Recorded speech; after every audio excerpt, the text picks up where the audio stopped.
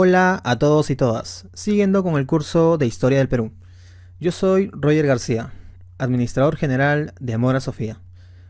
Cualquier duda del curso, abajo en la descripción estoy dejando mi página de Facebook. Asimismo, si tienes dudas de otros cursos, te invito a que te unas al grupo Amora Sofía. Cada día somos más. Hoy vamos a ver el periodo de Horizonte Medio. En este video vamos a hablar de Huari. Anteriormente, en el video pasado, hablamos de Tiahuanaco, que también pertenece a esta etapa. Esta cultura algunos lo suelen poner en intermedio temprano, pero lo real es que Tiahuanaco va en este periodo, que es Horizonte Medio. Comencemos. Hablemos de la sociedad Huari. Una de las características del mundo andino es siempre seguir una especie de dinámica. Primero hay un momento de diversidad, donde hay varias sociedades que al final van a ser supervisadas por una. Eso pasó en la época Chavín.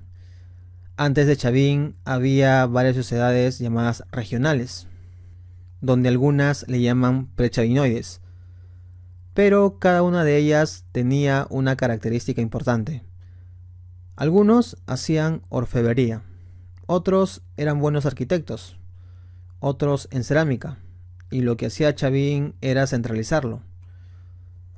Todo este proceso se da en el mundo andino, diversidad y centralismo. Chavín logra conseguir eso, pero luego Chavín entra en una etapa de decadencia. Lo que no se sabe mucho es cuál es el proceso de decadencia. Lo que se puede deducir es como el poder es sacerdotal y hay monopolio del conocimiento. La decadencia vino por ese lado, tal vez por una especie de crisis agrícola. Y ustedes saben que eso está conectado con el conocimiento. Algo así como que tus métodos ya no funcionen. Y como tu conocimiento no funciona, en vez de avanzar, caes. Y cuando Chavín cae, aparecen varias culturas. Por ejemplo, Paracas, Pucará, Vicus. Y luego ya aparecen otras un poco más desarrolladas, como Moche, Nazca y Lima. Ahí vamos a encontrar diversidad. Los Moche destacan en varios aspectos. La alfarería, la agricultura, son especialistas en obras de irrigación. Otro es las ciudades. Los Nazca aún más. Ellos evidencian un alto desarrollo de la agricultura, producto del manejo de las líneas de Nazca, que se ha demostrado mediante los estudios que cumplían una función astronómica. ¿Qué cosa era ello? Un calendario astronómico. Eso lo decía la señora María Reich. Por eso aquí hay diversidad. Pero una vez más viene un periodo en el cual una sociedad empezará a concentrar todo eso. Esa sociedad que va a alcanzar esta característica es la que hablaremos en este video, que es la sociedad llamada Huari. Los Huari es considerado el primer imperio andino, pero ¿por qué se le dice primer imperio? Sucede que anteriormente en Chavín no hay un buen motivo o causa para decir imperio. Recuerda que se basan en su poder mediante un estado teocrático. Y cuando hablamos de Moche, Nazca, Tiahuanaco, no había solo sacerdotes, sino también militares. Huari va a comenzar a hacer ello. Los Moche solamente estaban en el norte, los Nazca al sur. Lo que hace Huari es concentrar a toda esa región. Por eso es que la llaman primer imperio. Primer imperio panandino. ¿Qué significa eso? Primer imperio de todos los Andes. No se confundan en este punto. Chavín no es imperio. El imperio es Huari. Ahora, eso también se evidencia en una de las prácticas muy interesantes de los Huari.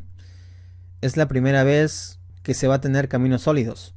Los Huari van a hacer una variedad de rutas, y estas rutas todas van a llevar a su centro de poder, una ciudad que era su capital, la cual tiene como nombre Viñaque.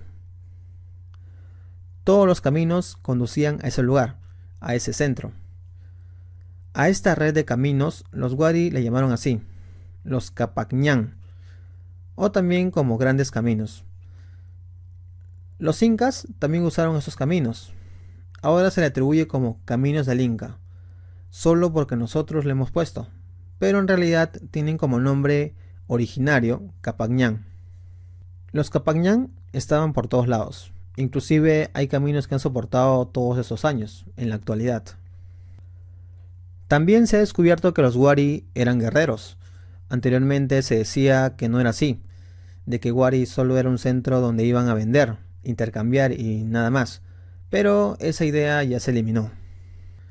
Los últimos 15 años se ha estado descubriendo de todo. Por ejemplo, en Lima se ha descubierto una dama con mascarilla Wari. Le dicen la dama de la máscara. Fue descubierto en Miraflores, en la Huaca Pucllana, en el 2008. También otra dama fue descubierta en la zona de la Libertad, con cerámica y textilería Wari. Otro también fue en el 2011. Se descubrió a un señor Wari en el Cusco, en el Centro Arqueológico de Espíritu Pampa, en Vilcabamba. Inclusive este descubrimiento fue tan grande que se presentaron muchas hipótesis, como que los incas dominaban a los Wari luego de una gran batalla. Otros dicen que posiblemente hubo una alianza político-militar entre incas y Wari, y otros, menos importantes, decían que con el decaimiento Wari, los incas lograron dominar Vilcabamba. Como ves, estos descubrimientos no hacían nada más que reforzar y confirmar la idea de que los Wari era un gran imperio, donde tuvieron presencia en Cusco, en Moquegua. En Moquegua, a algunos se le presenta una gran interrogante. Sucede que los Wari llegaron hasta Moquegua, ya, pero justo en esa frontera había otro gran imperio, llamado Tiahuanaco. Y la pregunta que siempre se hacen es, ¿por qué no se pelearon, si estaban cerca? En Moquegua hay cosas Tiahuanaco y hay cosas Wari, pero pues esa interrogante aún no se revela. Algunos dicen que posiblemente no se pelearon, porque compartieron algo. ¿Qué cosa compartieron? La religión, el Dios, ese Dios que está en la portada del sol y que está en todas las cerámicas y textilerías Wari. ¿Cómo se llama ese Dios? El Dios Huiracocha. Y otra hipótesis que no es demostrable dice que posiblemente habría sido una alianza político y a la vez religiosa. Y esa alianza había generado una especie de intercambio. Pero, ¿intercambio de qué? Sucede que las ciudades Wari se construían en base a patrones tiahuanacos. Los tiahuanacos tenían una costumbre. Ellos siempre, cuando construían, empezaban por la puerta. Y eso es inusual, porque cuando se construye algo, la puerta es lo último. Pero ellos no. Ellos empezaban por la puerta. ¿Y cómo se sabe eso? Por la portada del sol. Ya con técnicas arqueológicas lo han confirmado. Y esta técnica es muy parecida entre ellos dos. Ahora, empezaremos a hablar de las características de esta población. La sociedad Wari. ¿En qué siglo está Wari? Está en el siglo VII al siglo XIII, o sea, en los años 600 a 1200. Se considera que Wari es una especie de síntesis, pero ¿cómo síntesis? Es decir, una unión, una fusión de tres sociedades. Estas sociedades son las siguientes: Sociedad Nazca, Sociedad Tiahuanaco y los Huarpas. Esta unión representa una síntesis cultural. Son estas tres culturas que van a dar el nacimiento a la sociedad Wari. Es una integración básicamente de costa, sierra y selva, entre ellas tres. Y Wari empezará a tomar ciertos puntos de cada uno de ellos. ¿Qué cosa va a tomar de cada uno de ellos? Los Wari van a tomar dos aspectos muy importantes. De los Nazca agarrará lo que es la alfarería, es decir, la cerámica. Y lo otro es que ustedes saben que los Nazca son buenos haciendo ciudades. ¿Recuerdan que usamos una palabra cuando nos referimos a las ciudades? El urbanismo. Recuerda que la palabra urbanismo está vinculada a las construcciones, a las edificaciones de ciudades. De los Tiahuanaco, ¿qué cosa va a sacar? También el urbanismo. Y lo otro es el aspecto ideológico. Este aspecto religioso, como se mencionó, es el dios Huiracocha. Recuerda que en este horizonte hay dos sociedades, que es Wari y Tiahuanaco. Entre ellas lo que tienen más en común es a su dios, que es Huiracocha. O también le pueden poner a una unión de religiosidad, o sea, de religión. De los Huarpas, es una antigua cultura que está ubicada en el mismo lugar donde los Wari hicieron su ciudad. Eso nos dice que los Huarpas era una especie de núcleo geográfico. Ustedes saben que los Nazca son de Ica. Tiahuanaco está ubicado en el altiplano. Llegó de Puno hasta Chile y Argentina. Y los Huarpas están en Ayacucho. Todo esto es en base a su síntesis. Wari representa el Horizonte Medio. Recuerda que esta división lo hizo el señor John Rowe. También Wari puede ser catalogado como el primer imperio panandino. Y como lo mencioné, panandino significa todos los Andes. En base a esto, en la década de los 80 inicia un debate. Hay quienes dicen que Wari no es un imperio. Para empezar, ¿quién le dice imperio a Wari? El que le dice imperio a Wari es el señor Luis Guillermo Lumbreras. Pero ¿por qué el señor Lumbreras dice que Wari es un imperio? Él dice, primero, hay un centro de poder. Segundo, hay caminos, o sea, una especie de control. Y tercero, la presencia de su Dios en todos lados. Y como Lumbreras nos dice que en Wari hay un centro de poder, este centro de poder está representado por la capital de los Wari. Esta capital se llama así, Viñaque. Y esta capital comenzará a controlar a todas estas ciudades, que luego tomará un nombre llamado como cabeceras de región. Y el medio que usa para controlar todas estas ciudades es una red de caminos, los Capacñán. Entonces, existe un centro de poder que es Viñaque, con una red de control, un control político, y este control político se hacía efectivo a través de los Capacñán, de la red de caminos, lo que ahora se llama Caminos del Inca. Esta propuesta fue hecha por el señor Lumbreras.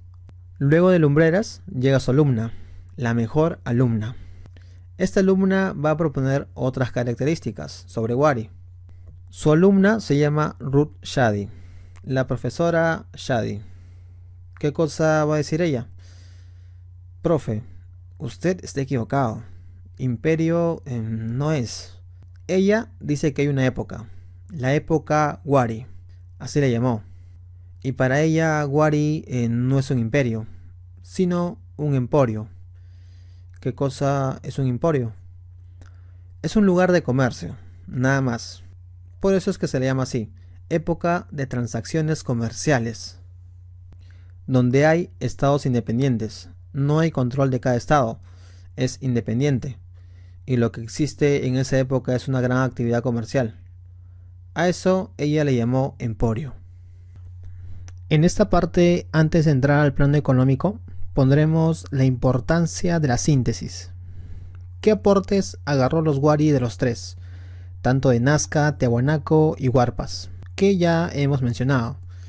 De los Nazca agarró la cerámica y lo que viene a ser el urbanismo, que ya sabemos que son ciudades. De los Tiahuanaco, que es Horizonte Medio, agarró de igual forma el urbanismo, también las ciudades. Y lo más importante, su dios, la ideología, el culto al dios Huiracocha. De los Huarpas sabemos que se ubican donde los Wari hicieron su ciudad, por ende se les clasifica como núcleo geográfico. Resumiendo todo, tenemos que de los Nazca obtiene el urbanismo. De los Huarpa, aparte de ser núcleo geográfico, va a obtener lo que es los andenes.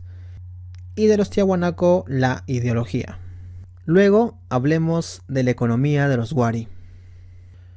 A diferencia de otras culturas que eran agrícolas o ganaderas, los Wari, debido a esta gran integración, lograron dominar muchas zonas, entre ellas Lambayeque, Cajamarca, Moquegua, hasta Cusco. Debido a que los Wari llegaron a estas zonas, ellos lograron desarrollar tanto la agricultura como la ganadería. Por eso es que su base es agropecuaria. ¿Qué significa eso? Que usan la agricultura y la ganadería. Ellos también heredarán la técnica de los Huarpas. ¿Recuerdas qué técnica es? Los andenes. Y ustedes saben que los andenes sirven para la diversidad de productos. Cuando tienes más terreno donde sembrar, la producción aumenta. Ellos también practicaban el comercio, pero el comercio en esta época tiene otro nombre. Tú me das algo y yo te doy otra cosa. El trueque, que es un intercambio. Y este intercambio se hacía principalmente en las llamadas ferias. Estas ferias andinas tienen otro nombre, lo llaman así, los catus. Obviamente aquí también hay una especie de explotación en las masas, y si habrás escuchado de ellas, son los ayos, que son grupos de familia. Estos grupos hacen todo lo que el Estado quiere. Luego de eso, hablemos de la política. Ya hemos dicho que es un imperio, y también cuál es su capital, que es Viñaque. En la política lo que se evidencia es un control regional, control a las regiones. Este control lleva a lo siguiente, que es la explotación a los ayu. Pero para conseguir todo eso, los waris diseñaron el siguiente sistema. A ver, tengo caminos, pero también necesitan lugares estratégicos para dominar y obtener producción. A todo esto los llamaron así, cabeceras de región, aunque también los llaman como núcleos administrativos. Las cabeceras de región o núcleos administrativos son nada menos que ciudades, y los wari a las ciudades que ellos tenían le pusieron una palabra en quechua, yacta. Si te pregunto, los wari para tener el control de todas las zonas andinas edificaron yactas, ¿verdadero o falso? Verdadero. Para controlar todas estas zonas, todo ese espacio, ¿qué cosa establecen ellos? Cabeceras de región, o también llamados núcleos administrativos. Ahora, a estas cabeceras de región, ¿cómo les llaman? También les llaman ciudades o yactas. Y todo esto representa un gran desarrollo urbanístico. Urbe es ciudad, pero no al igual que las yactas, a una ciudad en sí. Urbe quiere decir que todo es un orden, donde hay un centro de poder y hay barrios productores como ceramistas, textiles, metalurgia. Ya, a todo esto se le llama urbes, pero más simple le decimos ciudades. Entonces concluimos que urbes y yactas no es lo mismo, aunque los dos signifiquen ciudad, pero ciudad en diferentes contextos. Aquí hablaremos de las principales ciudades. Nos situamos en la zona de la Libertad. En la Sierra de la Libertad tenemos a una que se llama así, Huiracochapampa. Bajamos un poco al norte y llegamos a la zona de Ancash, donde tenemos una llamada así, Huilcahuaín. Nos vamos a Lima y aquí tenemos a dos, a Pachacamac y Cajamarquilla. Luego nos vamos a la zona de Junín, Junín Centro. Aquí tenemos a uno llamado así, Guarihuilca. De ahí nos vamos un poco al sur, para Ica, donde tenemos a Socos. Luego nos vamos en la zona de Arequipa, donde hay una ciudad que se llama así, Coscopa. Y la mejor ciudad que ellos lograron tener no estaba en ninguno de estos lugares. Estuvo en la zona de Cusco. Se llama así, Piquillacta. Y por último, hay una ciudad que se confirmó, que también es de ellos. Se llama Cerro Baúl, que queda en Moquegua. Todas estas son ciudades de Wari, y Wari logró controlarlas mediante las cabeceras. Sin cabeceras no hay control, y las cabeceras son controladas mediante los caminos. ¿Para qué usaron los caminos? Imagina que una región se quiere rebelar. Van en mancha y los destrozan. Un ejemplo es lo que sucedió en Lima. Se ha demostrado que Cajamarquilla fue reventada. Cajamarquilla está situado en San Juan del Lurigancho, Huachipa y lo que es Vitarte. Ellos se mecharon contra los Wari. ¿Y qué pasó? Los Wari ganaron y obviamente los destrozaron. Lo otro será la parte de la cultura Wari. Aquí encontraremos una gran difusión de su dios Huiracocha. A este señor lo difundieron principalmente en el arte de la cerámica. Ellos agarraban ahí en su cerámica y siempre ponían a este dios con sus dos bastones. Esta cerámica es polícroma. Los Wari también hicieron tazones ceremoniales. Estos tazones eran enormes, por eso también le llamaron así, tinajes. Como es ceremonial, es ritual. Lo usaban principalmente para entierros. Ellos también usaron este sistema de conteo muy conocido, los quipus. Dicen que los quipus ya habían desde Lima. Incluso Ruth Shadi dice que vienen de Caral. Ella dice eso, pero los quipus como uso imperial se les considera a los wari. Hay diferentes tipos de quipus. Los quipus pueden llegar a medir hasta 3 metros. El problema es que en la actualidad sí hay quipus, pero no sabemos interpretarlo, leerlo. ¿Por qué? Es que en el mundo andino no todos sabían leer este sistema. Habían señores especialistas para esto. Esto nos hace recordar lo que hicieron los españoles. ¿Qué cosa hicieron los españoles? Lo vieron al pata leyendo sus cuerditas y dijeron ¡demonio! Y lo que hicieron fue que lo chaparon, lo quemaron, junto a su equipo todavía. Algunos dicen que los quipus son para contar.